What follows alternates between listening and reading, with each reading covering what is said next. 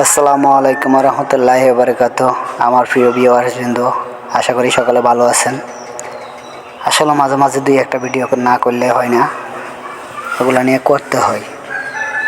কারণ মানুষের একটা জিনিস মনে রাখতে হবে, সময়ের চেয়ে জীবনের মূল্যটা অনেক বেশি।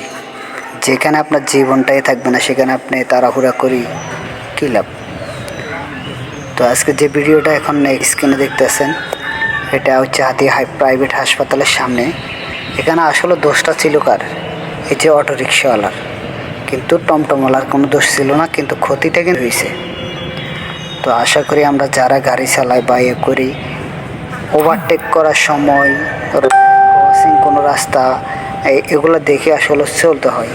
অনেক সময় দেখা গেছে বাই রোড থেকে হাইওয়েতে কিন্তু আমরা এই ভুলটা করি। তারপর দেখেন আপনারা, সে তার কিন্তু সাইডে সে ছিল, তাই সে অটোওয়ালাকে বাঁচানোর জন্য সে কাইট দিয়ে তার গাড়ি উল্টে পড়ে গেছে, কিন্তু তারা দুজন কিন্তু লাফ দিয়ে নেমে গেছে। আপনারা অনেকে দেখতে পাচ্ছেন, হয়তো ফার্স্ট টাইম কিন্তু দেখা যায় না, ভালোভাবে দেখবেন।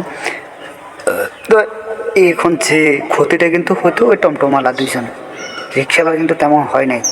তাহলে এই দুজন লোক যদি মারা যেত, তাহলে ওদের তো লাইফটা শেষ, কিন্তু ওদের ফ্যামিলিতে যারা আছে তাদের যে কষ্ট করে চলতে হতো। কারণ টমটম তো আর যাদের টাকা পয়সা আছে, বড় লোক, তারা তো আর টমটম অটো চালায় না, তাই না?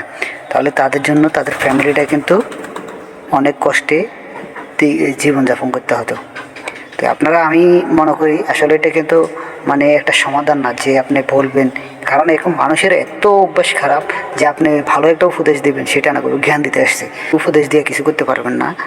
জাস্ট এই ধরনের যারা এই চলাফেরা করে, গাড়ি চালায়, আপনারা যদি ভুলক্রমে পেয়েছে যান ওদের মতো, ওদেরকে ধরে যারা এইভাবে বেপরোয়াভাবে চলে, ইচ্ছা মতো মার দেবেন, যাতে ওদের আক্কল হয়, এবং ভিডিও করে এইভাবে ছেড়ে দিতে হবে, যাতে ওদের ন্যূনতম বুদ্ধি আসে, না আমি যদি এভাবে করি তাহলে তো আমারও এইভাবে করি। কারণ আপনি জীবনটা আপনার সুন্দরভাবে রাখেন, আপনি একটা ওভারটেক করবেন, আপনি একটা গাড়ি থেকে আপনার ওভারটেক করতে গেলে কিন্তু আপনার সামনে যদি কিছু থাকে, তাহলে আপনি রং সাইড দিয়ে করতে হবে। কারণ আপনার লেনে তো গাড়ি আছে, যেহেতু আপনার ওই লেনটা দেখতে হবে যে এই লেনে কোনো গাড়ি আসে কিনা, দেখে তারপর ওভারটেক করতে হবে। হ্যাঁ, বাজারে দিয়ে আপনি একটু স্লো করে চালান। তারপর হচ্ছে আপনি কোনো মোড়ে ঘুরতে হর্ন বাজান, তারপর দেখেন ভালোভাবে যান। মানে যে কোনো রোডে আপনি বাই রোড থেকে হাইওয়েতে উঠতেছেন, আপনি একটু দেখে উঠেন। আপনার ডাইরেক্ট উঠে দেবেন কেন? আপনি দেখে উঠেন, এটা তো আপনার ক্ষতি, আরেকজনেরও ক্ষতি। যাই হোক, এই ধরনের বিপদ থেকে আল্লাহ তাআলা সবাইকে রক্ষা করুক, এই ধরনের বিপদের সম্মুখীন না হোক।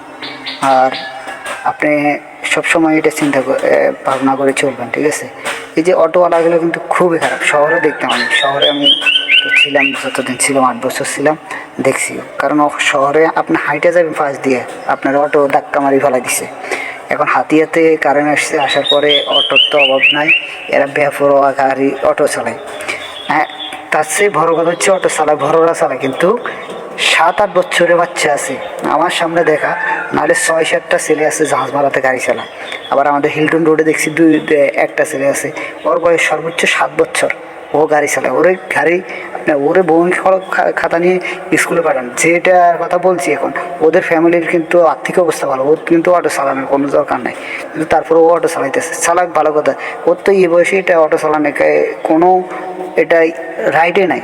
কারণ আপনি 18 বছরের আগে কোনো যানবাহন চালাতে পারবেন না, আপনার লাইসেন্স লাগবে। কারণ এটা যেহেতু ইঞ্জিন বা ব্যাটারি চালিত একটা মোটর যান, সেহেতু আপনার অবশ্যই এটার লাইসেন্স লাগবে। লাইসেন্স ছাড়া আপনি চালাতে পারবেন না। এগুলো তো হচ্ছে এদের আসলে একটু বয়স্ক লোকের মেন্টালিটি বা আপনার জ্ঞান বুদ্ধি কতটুকু। একটা দুর্ঘটনার সামনে হইতেছে, আপনি কিন্তু ওই ব্রেনে ওই ইয়েটা কেস করবে যে না, আমি এখন ব্রেক করি ভাই, একটা তাৎক্ষণিক একটা ডিসিশন নিতে পারবেন। কিন্তু এই বাচ্চা ছেলেরা তো পারবে না। তাহলে ওদেরকে কেন আপনারা গাড়ি দিবেন? আপনাদের ফ্যামিলিতে এত অভাব, আপনার যদি ফ্যামিলিতে এত অভাব, আপনার বাচ্চা জন্ম দিতেন না। তার জন্ম দেওয়ার দরকার নাই যে 18 বছর হওয়ার আগে তাদেরকে কর্মক্ষেত্রে পাঠাই দিতেছেন। আপনি বিয়ে করছেন, আপনার বাচ্চাদের জন্ম দেওয়ার দরকার নাই, আপনার যদি ফ্যামিলিতে এত অভাব হয়। আর আপনি করান, যদি বাচ্চা এত যদি অভাব হয়, আপনি এটা হোটেলে দেন বা যে কোনো একটা ছোট ব্যবসা ধরাই দেন। ও যেহেতু অটো চালাইতে পারছে, আপনি একটা ব্যবসা ধরাই দেন, ওইটাও পারবে, সেটা পারবে না। তো হাতিয়ার সবাইকে আন্তরিকভাবে ধন্যবাদ, যে যেখান থেকে পারেন এই বিষয়গুলো নিয়ে আপনারা অবগত থাকবেন, যাতে হাতিয়াতে সবাই সুশৃঙ্খলভাবে চলাফেরা করতে পারে, কারো কোনো ক্ষতি না হয়। ধন্যবাদ সবাইকে।